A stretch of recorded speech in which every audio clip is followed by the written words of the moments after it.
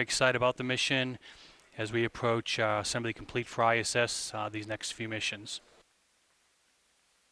So we're going to have the MPLM, we're carrying the MPLM up, which is the pressurized logistics module. It's going to have 16 racks. As you can see right here in the SSPF, the Space Station Processing Facility, between us, Boeing, and our NASA friends, we're integrating in and testing the module with all the different science racks and storage racks that can go inside. So we'll have 16 racks, we're going to have 11 storage racks, 4 utilization of science racks, and 1 crew quarters rack. And then the whole weight of the pressurized logistics module will be about 20,850 pounds.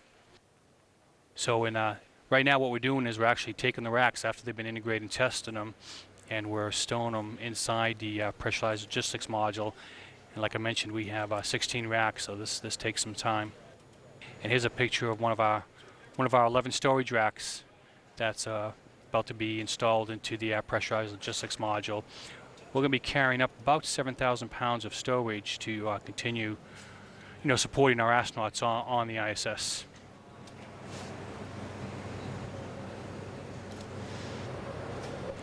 And this whole operation takes about, from beginning to end, takes about 3.5 months before you start testing the racks, integrating them, and getting them all installed into the pressurized logistics module.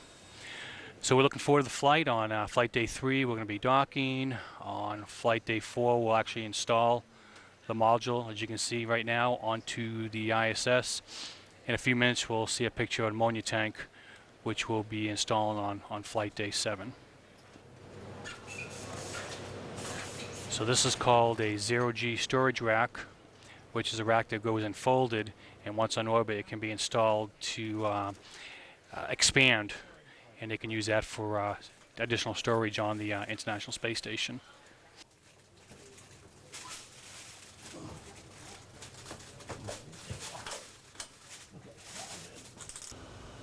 Here's a good picture of all the storage racks and some of the science racks in the module. This external view, you can see the hatch is still open as the team prepares the module for flight.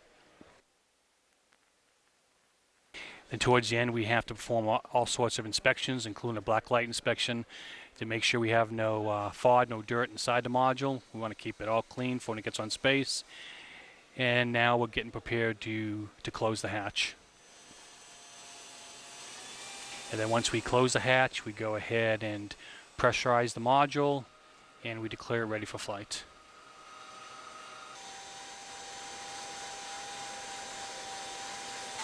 So as we mentioned, some of the racks are going to be that we've installed inside the module. One is called the MARES, which is a muscle atrophy research and exercise system.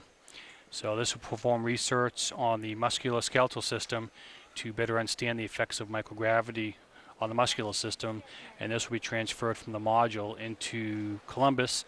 And I mentioned the crew quarters rack. This will actually the 4th time we've flown one, and this will be stowed in Harmony. Now in this picture we have the ammonia tank, which we call the ATA, and it weighs about 4,000 pounds, and its purpose is to bring up about 600 pounds of ammonia, and it's used to help for the cooling system of the radiators on the ISS, and then once on orbit that will be placed on the S1 truss. So once we have our external carrier with the ammonia tank inside the canister, we put the module, pressurized module in the canister, and we'll rotate it to the horizontal position, and we'll be going to the pad and install it in the payload changeout room, and eventually that will be installed inside the orbiter. So another rack we're flying up is called Express Rack 7, and that will be transferred to Destiny. And Express Rack 7 streamlines the process of transporting experiments to the ISS. Another rack we're flying is Melfi, and that is going to be installed into the GEM module, and that's basically a -80-degree laboratory freezer, and ESA built the freezer to store samples. And as we bring the canister to the pad, it takes a few hours. You have to go nice and slow. And then once we get to the pad, you'll see it's being lifted to the payload changeout room.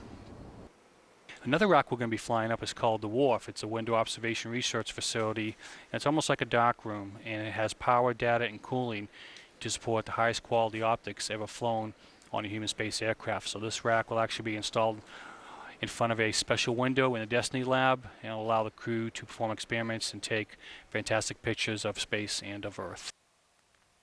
So now we have the canister and the payload installed into the PCR, and here's a good picture of the payload MPLM and the LMC in the orbiter, and it looks like the team is getting ready to close the doors for flight.